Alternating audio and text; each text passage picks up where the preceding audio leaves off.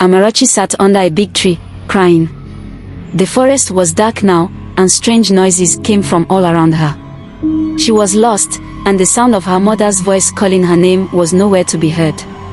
That morning, her mother had given her a simple task. Go to the farm and gather firewood. Don't get distracted, Amarachi. Be back before the sun sets. Amarachi nodded, promising to do as she was told.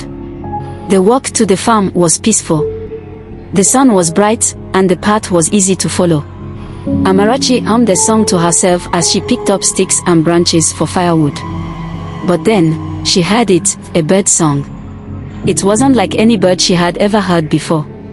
The sound was soft and sweet, like music. Amarachi froze and looked around, trying to find the bird.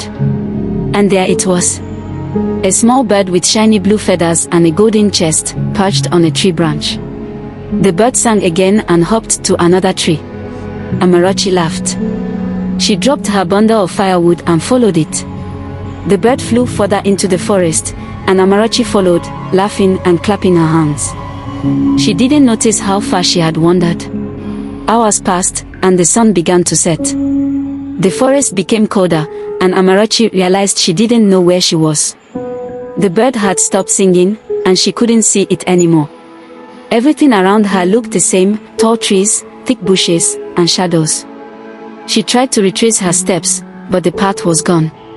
Amarachi called out for help, but there was no answer. Her stomach growled, and her legs felt weak.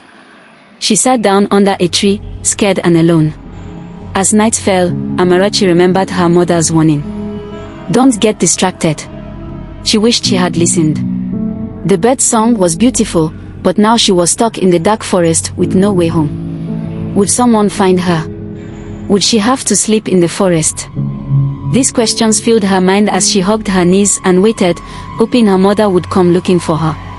Amarachi had learned a hard lesson. Sometimes, even the most beautiful things can lead you astray. Subscribe and stay tuned for part 2. Thanks for watching. If you enjoyed this story and want to hear more African stories, don't forget to like, share, and subscribe. Turn on the notification button so you never miss a new story.